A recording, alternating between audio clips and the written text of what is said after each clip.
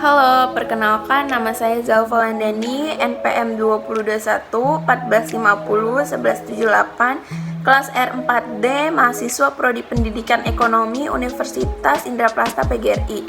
Pada kali ini saya akan menjelaskan mengenai masalah-masalah dalam proses belajar dan metode-metode apa saja yang digunakan dalam proses pembelajaran.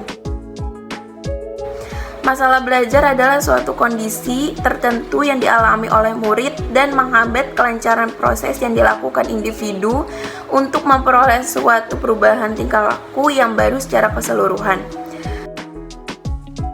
4 faktor penyebab kesulitan belajar yaitu suasana belajar kurang mendukung, landasan belajar yang kurang kuat, lingkungan belajar kurang kondusif, dan penyampaian materi pembelajaran.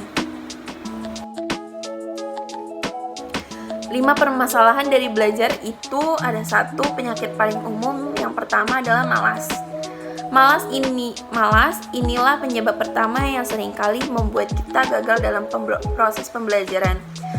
Ketika sedang belajar, kadang atau bahkan sering penyakit yang satu ini kambuh mendadak tanpa kita duga-duga. Kedua, belajar hanya untuk nilai akademis. Karena belajar hanya untuk mengejar nilai akademis itu masalah utama dalam belajar, karena nilai dari sebuah tujuan akan sangat berpengaruh pada bagaimana proses kita menjalaninya.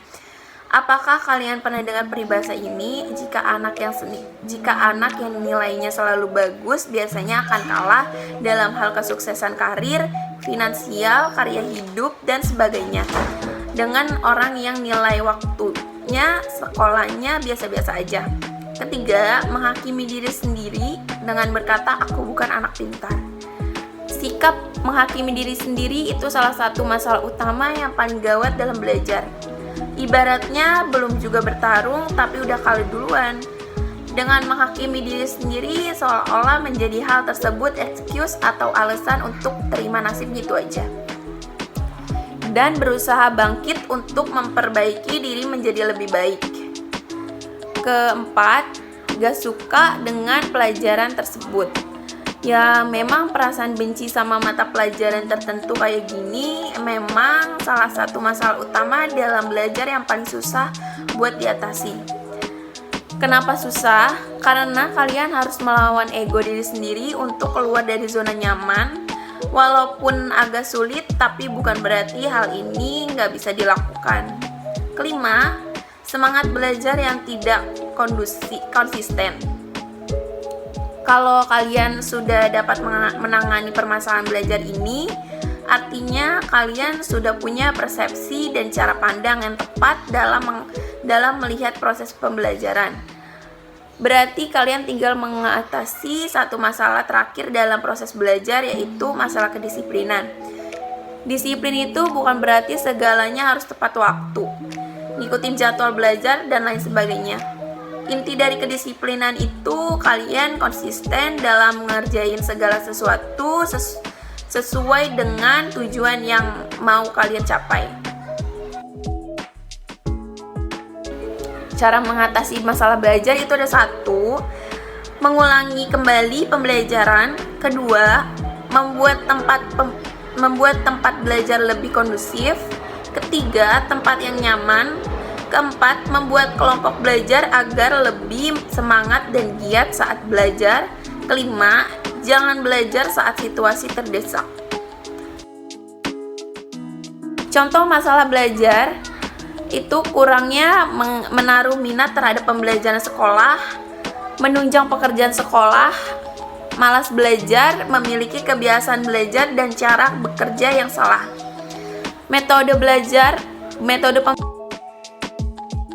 pembelajaran yaitu teknik yang dikuasai pendidik atau guru untuk menyajikan materi pembelajaran kepada peserta didik di kelas, baik secara individu maupun kelompok, agar materi pembelajaran dapat diserap, dipahami, dan dimanfaatkan oleh peserta didik dengan baik.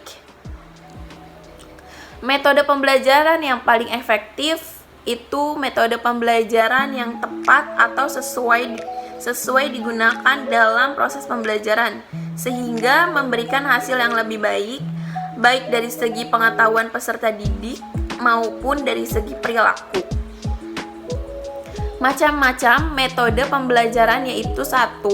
Metode pembelajaran konvensional atau metode ceramah. Salah satu macam metode pembelajaran yang kerap digunakan adalah metode ceramah.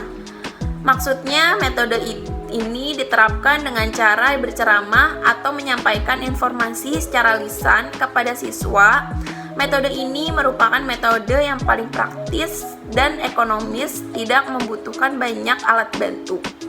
Kedua, metode pembelajaran diskusi. Metode diskusi adalah metode pembelajaran berbentuk tukar-menukar informasi, pendapat, dan unsur-unsur pengalaman secara teratur dengan maksud untuk mendapat pengertian yang sama, lebih jelas dan lebih teliti tentang sesuatu atau untuk mempersiapkan dan merampungkan keputusan bersama. Ketiga, metode pembelajaran tanya jawab.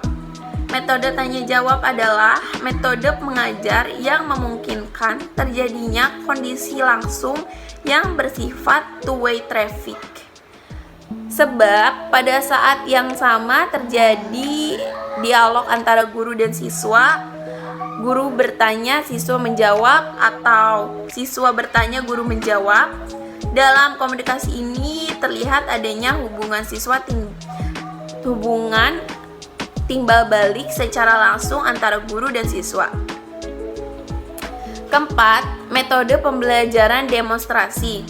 Metode demonstrasi dan eksperimen merupakan metode mengajar yang sangat efektif sebab membantu para siswa untuk mencari jawaban dengan usaha sendiri berdasarkan fakta yang benar.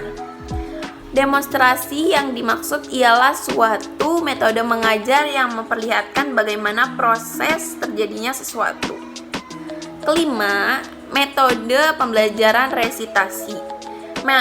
Macam metode pembelajaran selanjutnya itu adalah resitasi.